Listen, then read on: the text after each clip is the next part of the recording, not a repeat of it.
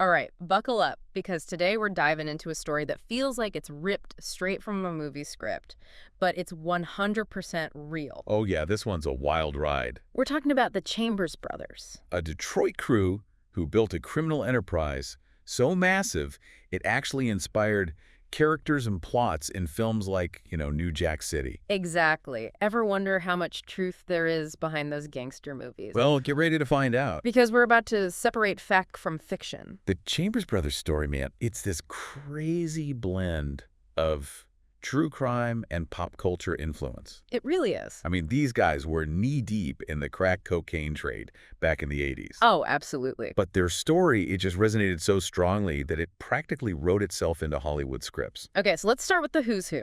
Who are these Chambers brothers? Four brothers running a criminal empire. Right. That's basically a movie premise right there. Oh, totally. It's like ripped from the headlines. So there were four of them: BJ, Larry, Willie, and Otis Chambers. And they had other siblings too, of course. But these four, these were the ones who, well, gained notoriety, let's say. Right. And get this, one of their twin brothers actually went on to become, wait for it, a military drill sergeant. Whoa, really? Yeah. Talk about two paths diverging, huh? That's wild. A drill sergeant and well, let's just say a less than law-abiding citizen. Talk about a family contrast. Yeah, you could say that again. So what was it that made these four brothers so infamous? What catapulted them into the public eye? Well, there were a few things, for sure, but the one thing that really launched them into the spotlight, you're not going to believe this, it was these videotapes. Videotapes? Yeah. The Detroit Police Department, they seized these tapes during a raid. Okay. And picture this, the police are expecting, I don't know, the usual evidence, right? Yeah. Drugs, weapons, whatever. Right. But instead, they find home videos of these guys literally swimming in cash. No way. Like mountains of money. Oh. Overflowing from laundry baskets. You're kidding. I'm serious. It was basically a tutorial on how to flaunt your illegal wealth. That's insane. Okay, that's way beyond just flashing a few bills. Oh, yeah. That's a whole other level of audacity. Yeah. No wonder it caught everyone's attention. So this wasn't just like, a typical like street level drug dealing operation. Right, no. This is not your average street corner stuff. The Chambers brothers, they were running a full-blown massive crack cocaine distribution network. Wow. In Detroit. And they had taken over this entire apartment complex. It was called the Broadmoor. The Broadmoor. Yeah, they basically turned it into their central hub. Like their headquarters. Exactly. Much like, Nino Brown and the Carter in New Jack City, if you've seen that movie. I have, yeah. It's crazy how much that mirrored real life. So they were like operating like a legitimate business. Pretty much. Hierarchy, distribution network. They even had marketing strategies. Wait a minute. Marketing strategies for crack cocaine? Like, what were they handing out, coupons? Not quite coupons, but yeah, you get the idea. Yeah. They were known for undercutting the competition, offering like loyalty programs to their customers. Oh, wow. Crazy. Thought they took business school principles and applied them to, the drug trade. In a twisted way, I almost got to admire their like entrepreneurial spirit. Obviously not the product they were pushing, but still.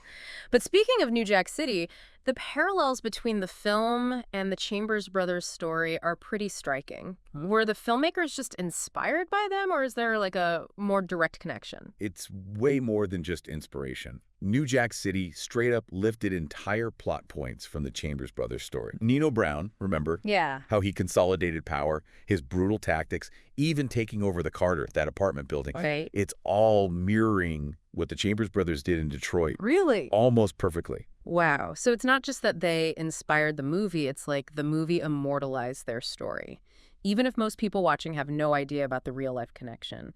But with all this talk of, drugs and crime and everything, I'm curious about the human element. Was there any glimpses into their personal lives that reminded us that these were actual people beyond the headlines? Oh, yeah, definitely. There are these little moments, that add a layer of humanity to their story. Like what? Like, for instance, their mother, she passed away in 2003. Okay. It's a small detail, but it reminds us that they had families, relationships, they experienced loss, just like anyone else. It's easy to forget that. It is.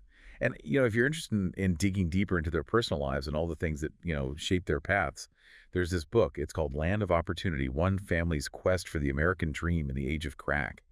It's by William M. Adler. It's a really fascinating read. Oh, I'll have to check that out. Okay. So we've got this true crime saga pop culture influence, hints of a more, I don't know, nuanced human story. It's like a multi-layered cake. It is. Yeah. And we've only just begun to peel back the frosting. But to really understand the Chambers brothers, we need to talk about the environment they operated in. Absolutely. Detroit in the You 1980s. can't look at them in isolation, right? Right. Their rise to power, it happened during, well, the peak of what we call the crack epidemic. The crack epidemic. Yeah. And believe me, that term, epidemic, it's not an exaggeration. I can imagine. This is a time when crack cocaine, this cheap, highly addictive form of cocaine, it flooded the streets of so many American cities. Detroit was hit hard. So how did this crack epidemic, as you call it, how did it contribute to the Chambers brothers story? Was it just a matter of like supply and demand? It was more than that. Or is there something more to it? Think of it like this. The crack epidemic wasn't just a drug problem. Okay. It was a symptom of much deeper societal issues. Ah, I see. Detroit, back then, it was a city struggling. Economic decline, high unemployment, tons of racial tension. So they weren't just operating in a vacuum. They were a product of their environment. Exactly. And that's what makes their story so fascinating. It's a window into a specific time and place in American history, a time marked by, well, both opportunity and despair. And that's where we'll pick things up next time. So we're talking about a city, Detroit, hit hard by economic downturn, unemployment, racial tensions, and then into that mix, you throw this highly addictive drug. Yeah. It's like a recipe for disaster, isn't it? It was a perfect storm, really. The crack epidemic, it just exacerbated these existing inequalities. Right. And it created this sense of like desperation, especially in marginalized communities. Yeah. And unfortunately, the Chambers brothers were, well, they were masters at exploiting that desperation. It's almost like they saw a business opportunity in all that suffering. Right. Which is pretty disturbing when you think about it. It's a tragic reality. But it's important to understand that context, right? Yeah. The Chambers brothers, they weren't just some like rogue gang operating in the shadows. They were a reflection of these larger societal forces that were at play.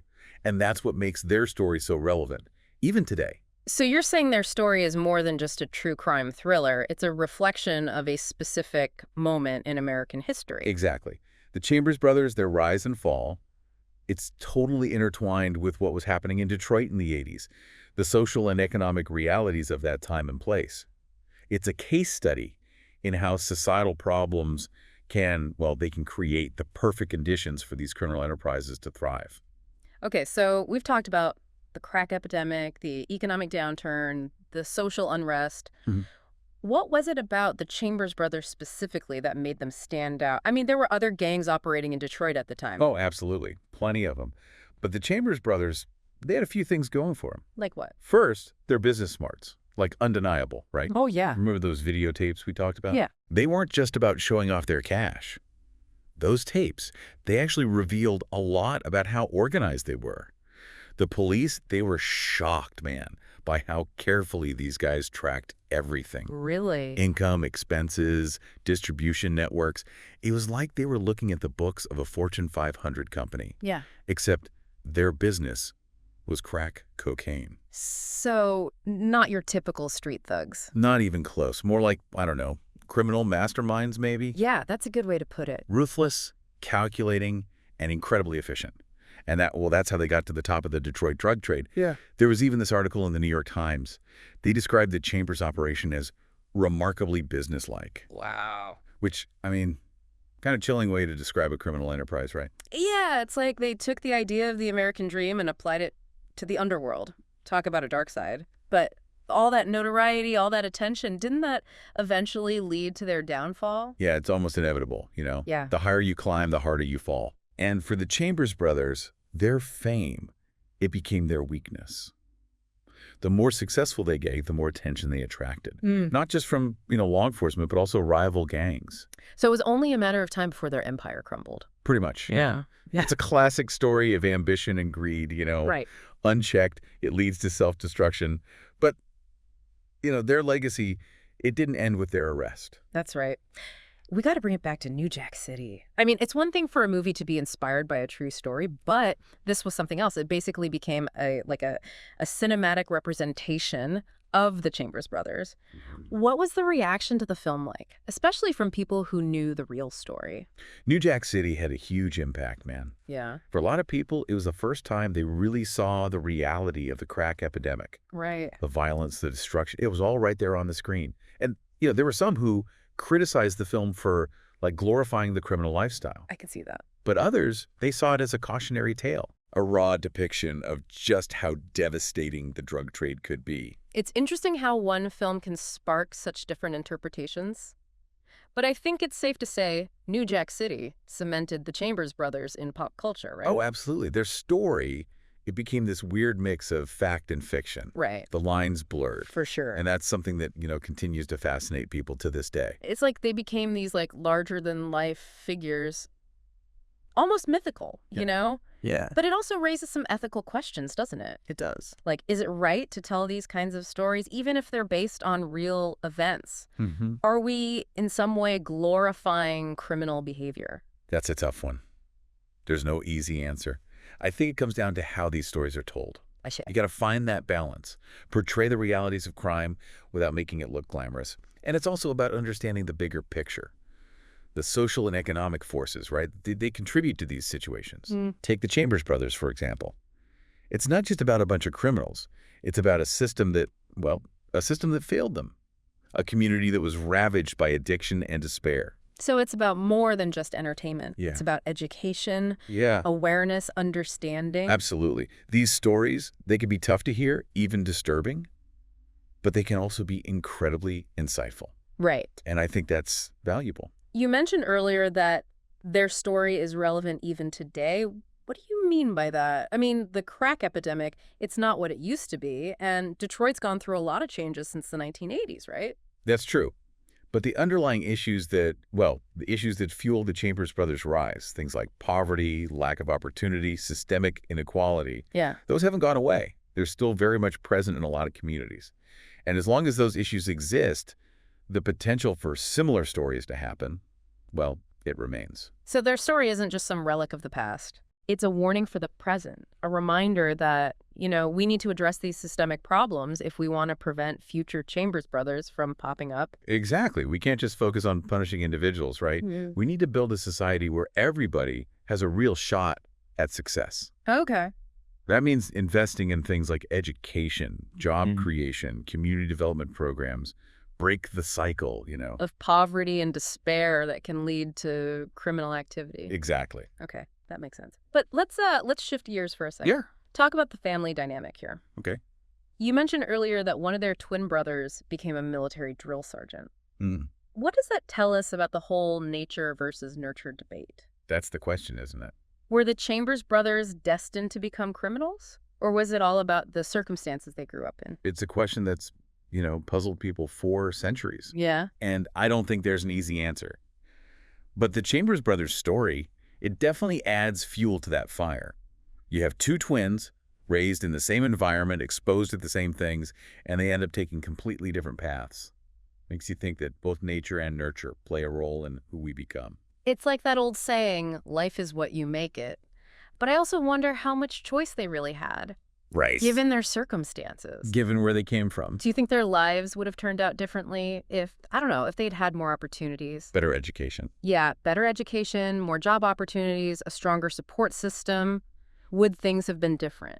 It's impossible to say for sure. But it does make you think about the power of circumstance, right? Mm-hmm.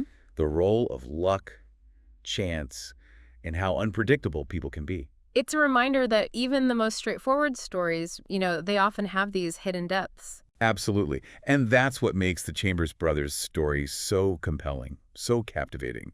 It's a cautionary tale, a study in contrasts. Yeah. And it gives us a peek into a really wild period in American history. It's a story that sticks with you. It does. And I have a feeling we've only just scratched the surface. Oh, you're absolutely right. And that's what I love about these deep dives. It's like we're peeling back the layers, Yeah. challenging what we thought we knew, Yeah. and discovering all these unexpected connections that bind us all together. Well, you know what they say, truth is stranger than fiction. It really is. And in the case of the Chambers brothers, it's a truth that, it just keeps people coming back for more. And sometimes these truths, they can even inspire us. even if it's just to do things differently. Right. Break the cycle, make a better future. Which brings us back to the question of legacy. Yeah. What will the Chambers brothers ultimately be remembered for? Their crimes? Their notoriety. Or will their story serve as I don't know, a cautionary tale? Or a reminder of how complex human nature can be? The enduring power of circumstance. That's a question we all have to grapple with. There's no right or wrong answer. Yeah. But I think by engaging with their story, by facing those uncomfortable truths that it reveals, maybe, just maybe, we can move towards a deeper understanding Of ourselves and the world around us. Exactly. And that's what makes deep dives like this so valuable, right? Oh, absolutely. It's not just about learning the facts. It's about wrestling with the implications, Yeah. the questions that stick with you long after the story's over. Exactly. It's about sparking curiosity, encouraging critical thinking, and maybe even a little soul searching along the way. I love that. Because the best stories, they don't just inform us, they change us. They do. And that's a perfect note to end on. We've covered a lot today, exploring the rise and fall of the Chambers brothers, their impact on pop culture, the incredibly complex social forces that shape their lives. But as always, the conversation doesn't end here. There's still so much to unpack. Oh, yeah. So much to think about. We've given you the pieces. Now it's up to you to put the puzzle together, to draw your own conclusions, and to keep asking those thought-provoking questions. Because that's the beauty of a deep dive, isn't it? It's just the beginning. The start of a much larger exploration. And who knows where that journey might lead you. The possibilities are endless. You know, when we talk about these larger-than-life figures like the Chambers brothers, it's easy to get, caught up in all the excitement of their rise and fall. It's true, yeah. We often focus on the big picture, right? The Yeah. scale of their operation, the money, the influence. Right. But we can't forget about the human cost.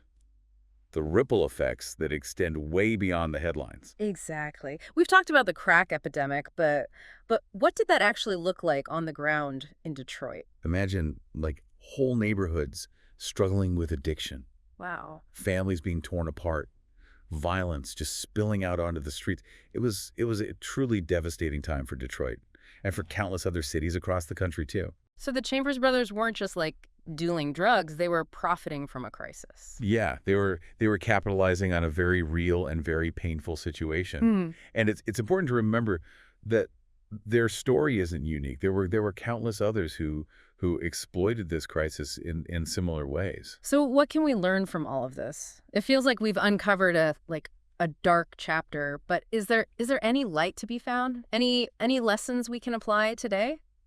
I think the biggest takeaway is that we absolutely have to address the root causes of situations like this. We can't just focus on punishing individuals. Right.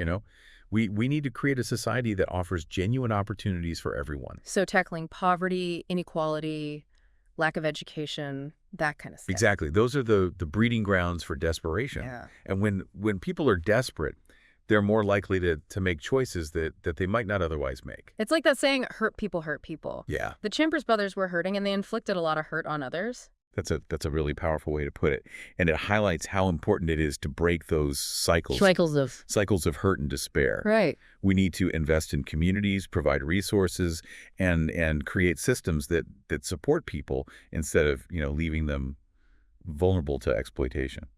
It sounds like we're talking about a pretty massive societal shift, not just law enforcement, but also social programs, education, job creation, the whole 9 yards. It's a complex challenge for sure. But the Chambers brothers story, it serves as a stark reminder of what can happen when we fail to address these issues. Their story is a cautionary tale, but also a call to action. It's a reminder that we can't be complacent. We have to be proactive in creating a more just and equitable society. And I think that's a really powerful message to take away from all of this. It's easy to get caught up in the sensationalism of the story. The drama of it all. Exactly. But the real value is in the lessons we learn and the actions we take to prevent similar situations from happening again. So we started this deep dive exploring the Chambers brothers, this group of criminals who became pop culture icons. But what we've really uncovered is a much deeper story about societal issues, human choices, and the consequences of our actions. And that's the power of these deep dives, isn't it? We start with a specific topic, but we end up exploring something much, much bigger, something that connects us all. It's been a fascinating and thought-provoking journey, and I hope you'll continue to think about these questions long after this episode is over. Remember, the Chambers Brothers story, it's not just a piece of history. Hmm. It's a reflection of who we are as a society. Yeah. And it's a challenge for us all to do better, to create a world where stories like theirs become less inevitable. They become cautionary tales of a bygone era. And on that note, we'll wrap things up. Thanks for joining us on this deep dive. It's been a pleasure.